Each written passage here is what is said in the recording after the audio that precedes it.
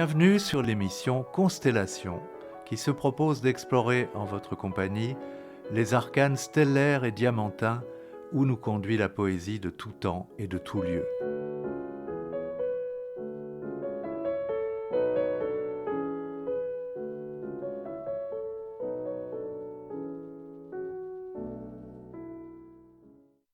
Bonjour, vous êtes bien à l'écoute de l'émission Constellation. Voici donc un second volet consacré à l'écrivain italien Cesare Pavese. Comme je l'ai précisé dans le cadre du premier, j'ai bouleversé l'ordre chronologique en évoquant d'abord la section qui porte le titre La morte verrà e avrai i tuoi occhi, groupe de poèmes contemporains de la mort de leur créateur.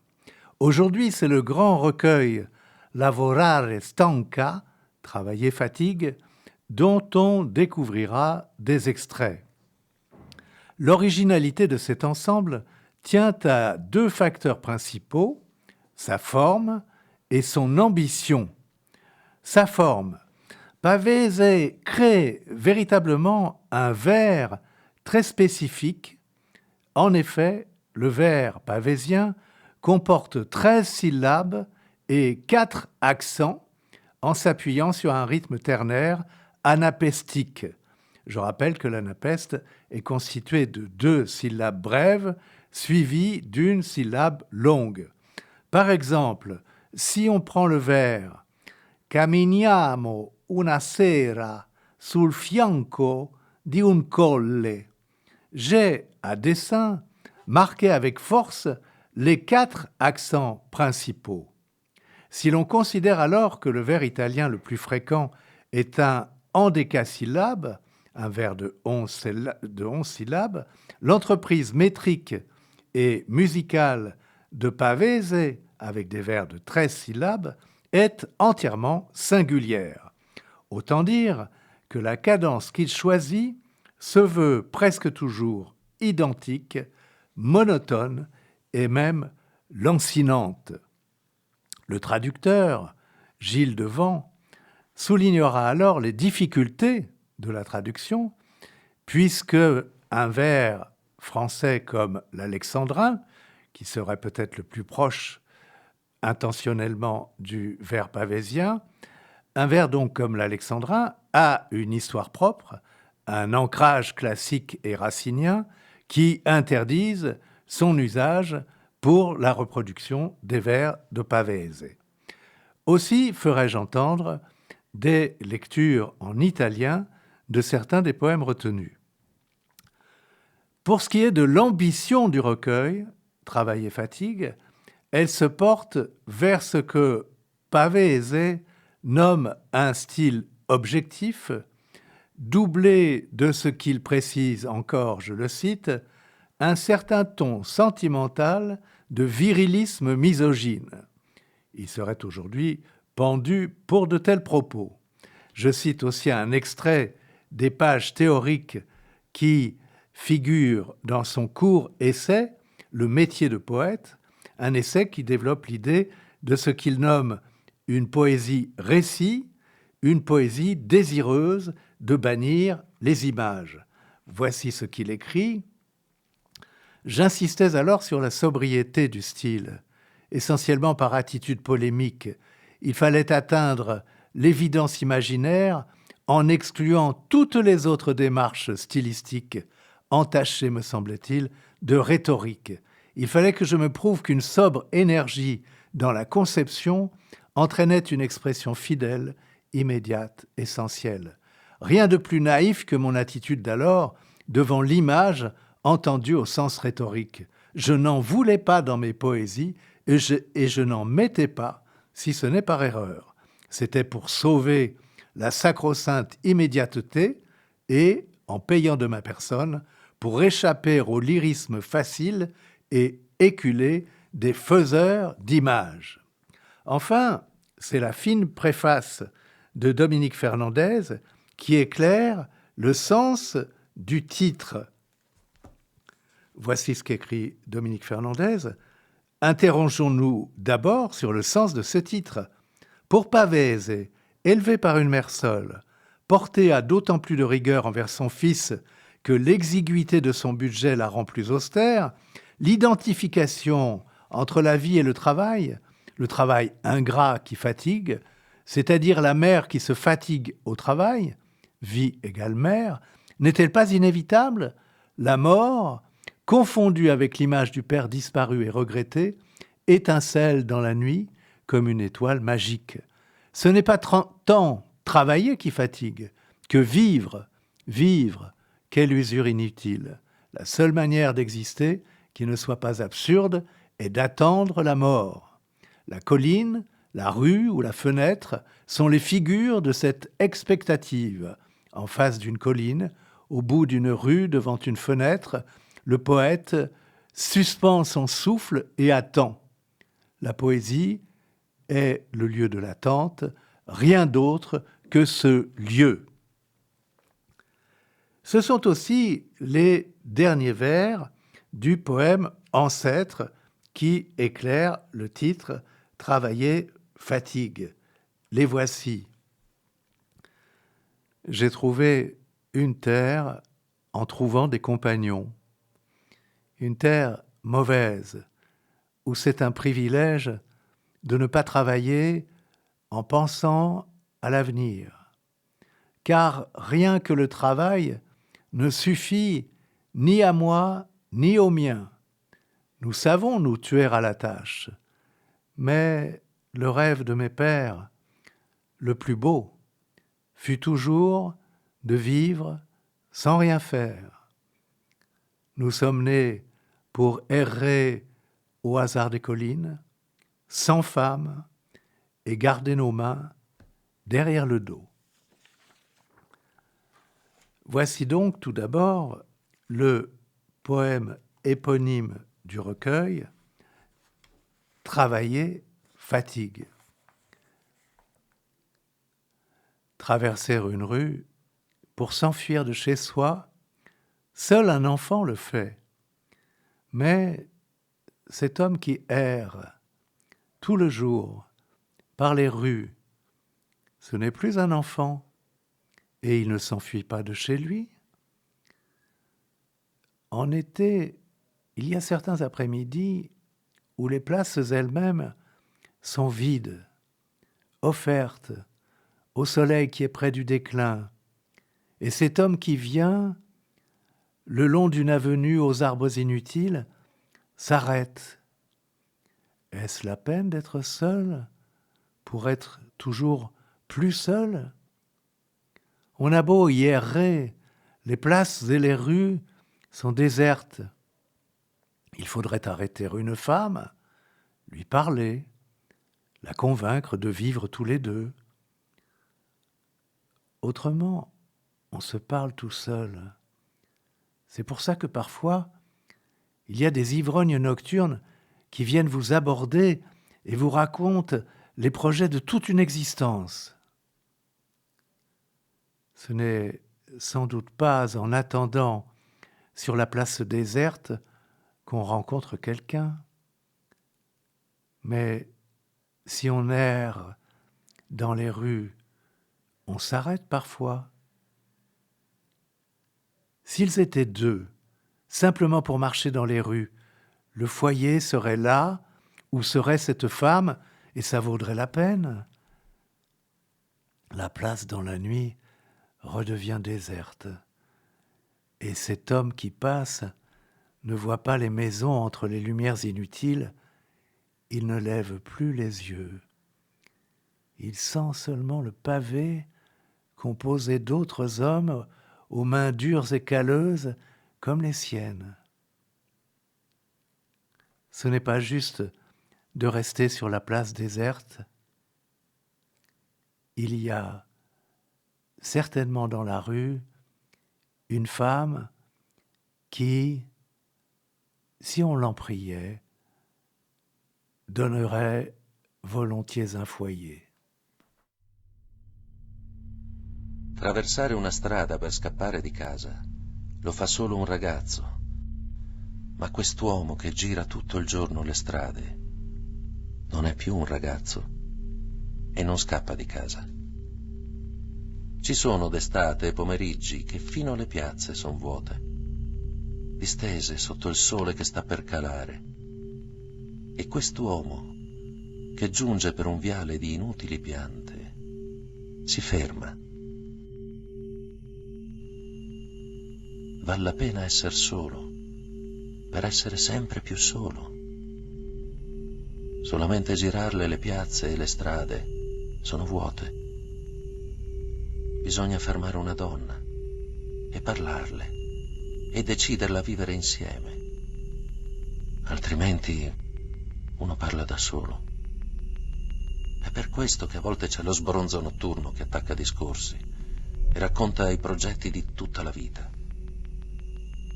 Non è certo attendendo nella piazza deserta che si incontra qualcuno, ma chi gira le strade si sofferma ogni tanto.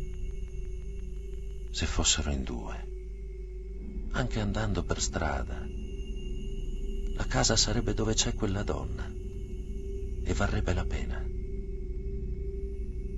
Nella notte la piazza ritorna deserta e quest'uomo che passa non vede le case tra le inutili luci, non leva più gli occhi.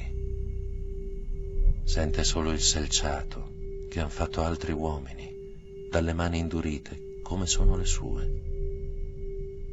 Non è giusto restare sulla piazza deserta. Ci sarà certamente quella donna per strada che pregata vorrebbe dar mano alla casa. La notte, la nuit, mais la nuit houleuse, la nuit transparente, que le souvenir ne faisait qu'effleurer, est bien loin. C'est un souvenir.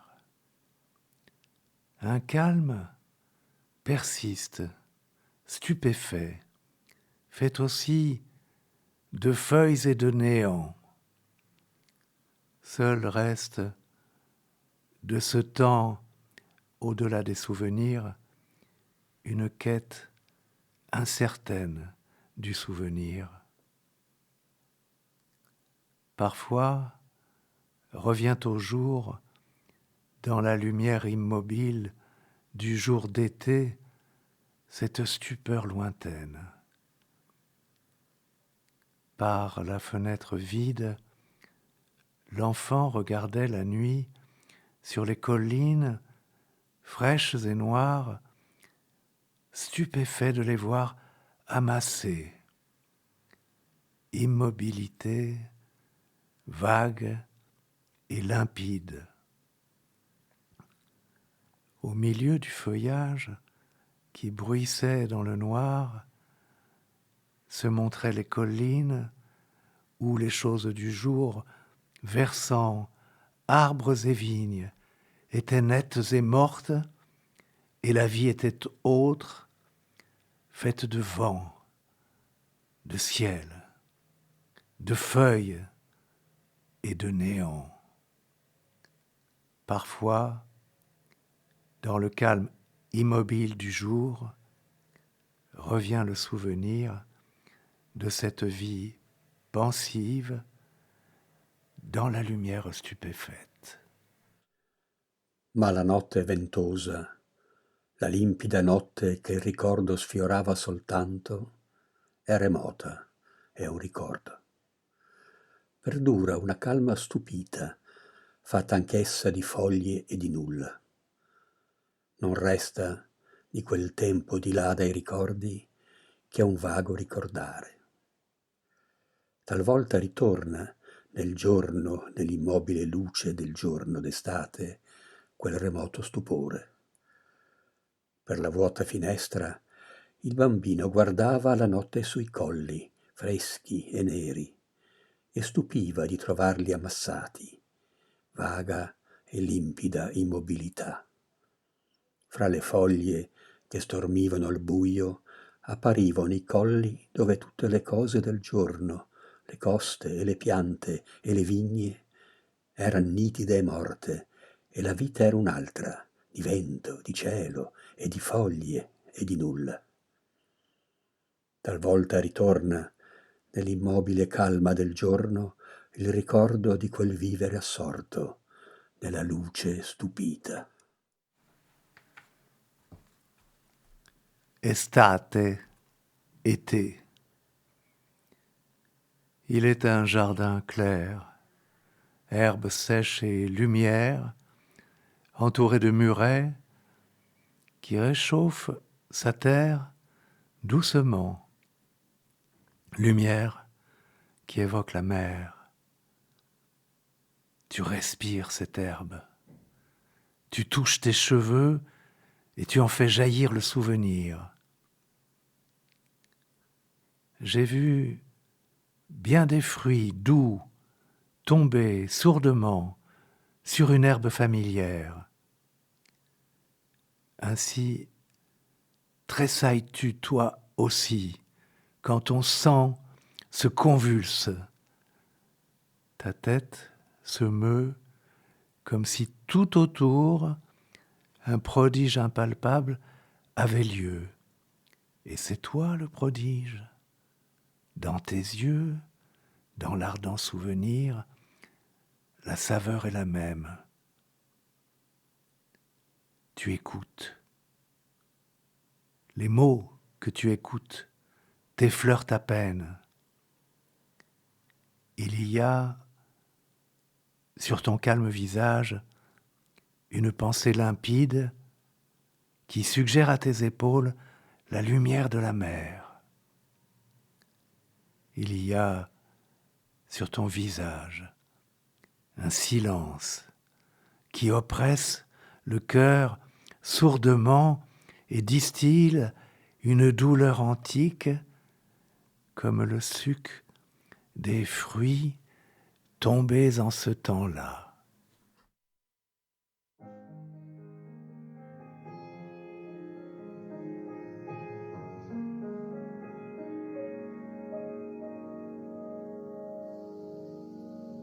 C'è un giardino chiaro, fra mura basse, di erba secca e di luce che cuoce adagio la sua terra.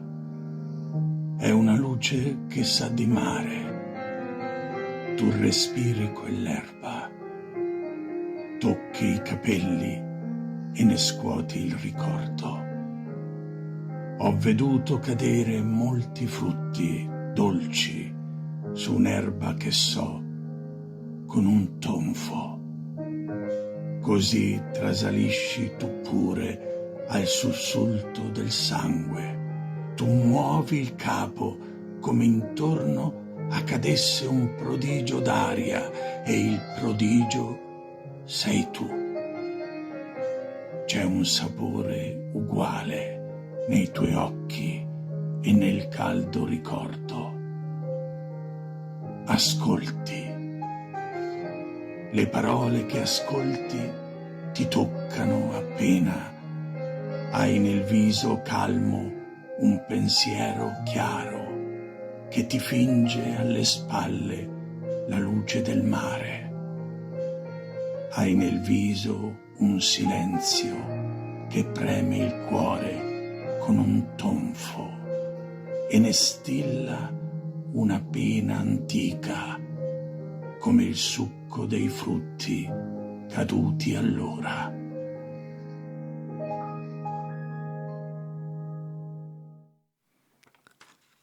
Luna d'agosto, lune d'août. Au-delà des collines jaunes, il y a la mer, au-delà des nuages.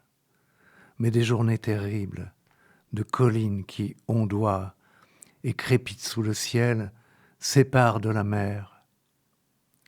Ici, sur la hauteur, il y a l'olivier et la mare trop petite pour qu'on puisse s'y voir, et les chaumes qui jamais ne finissent. Puis, la lune se lève.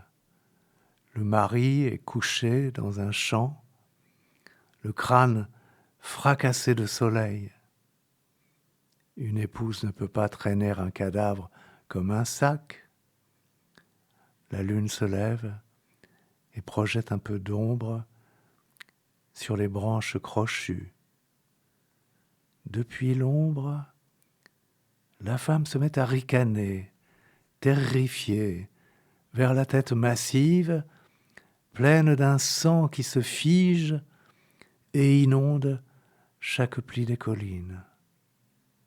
Le cadavre, couché dans les champs, est immobile comme la femme dans l'ombre. Et pourtant on dirait que son œil de sang cligne vers quelqu'un et lui montre un chemin. De longs frissons passent sur les collines nues, venues de loin, et la femme les sent dans le dos, comme lorsqu'il courait sur l'océan des blés. Ils envahissent aussi les branches de l'olivier, perdues dans cette mer de lune, et déjà l'on dirait que l'ombre de cet arbre se crispe et l'engloutit elle aussi. Elle bondit au dehors dans cette horreur lunaire, poursuivie par la brise qui effleure les pierres, par une ombre légère qui s'accroche à ses pieds, par son ventre en douleur. Elle rentre dans l'ombre, accablée, elle se jette sur les pierres, elle se mord la bouche. Sombre sous elle, la terre s'imprègne de sang.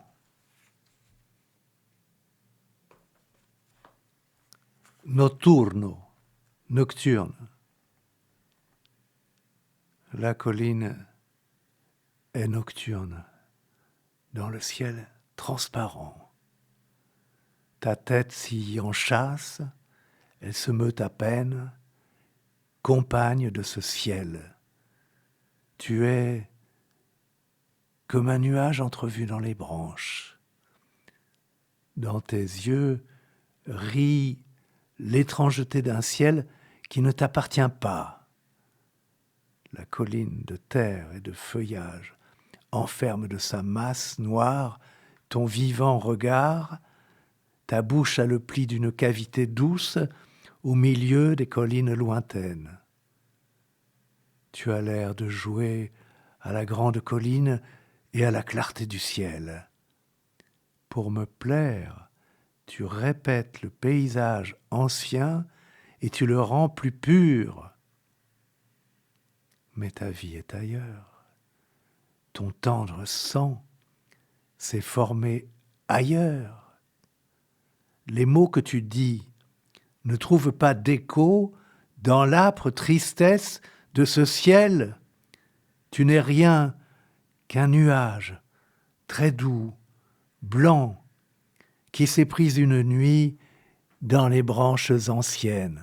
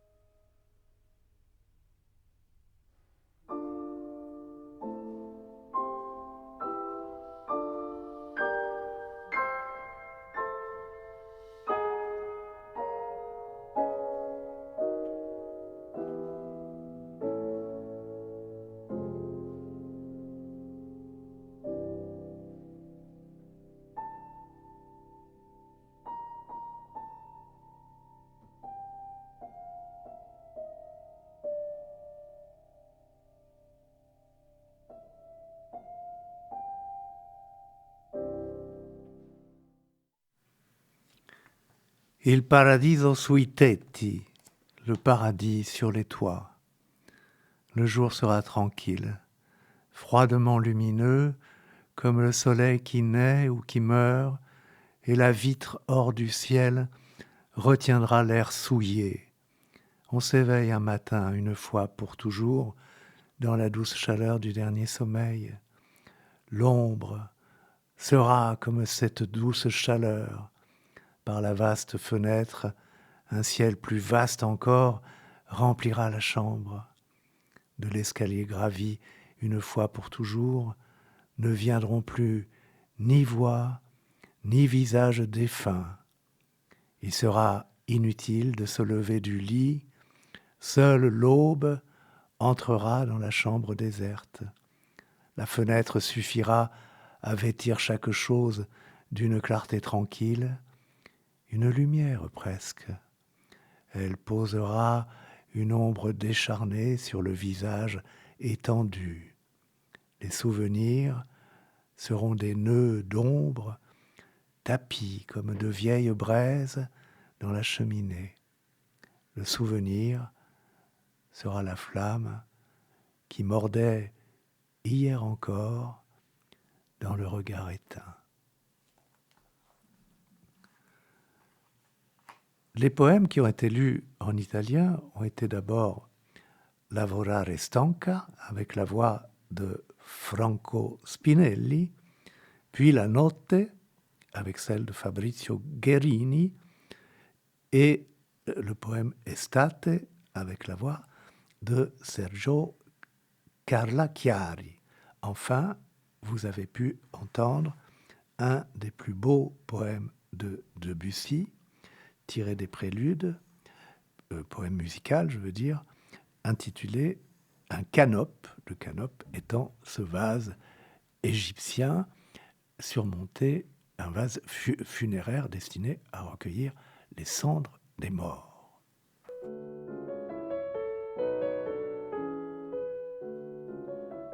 Cette émission hebdomadaire est diffusée en direct les mardis de 10h à 10h30 et rediffusée les vendredis de 13h30 à 14h. Vous pouvez aussi la réécouter en podcast, comme toutes les autres émissions des RLP.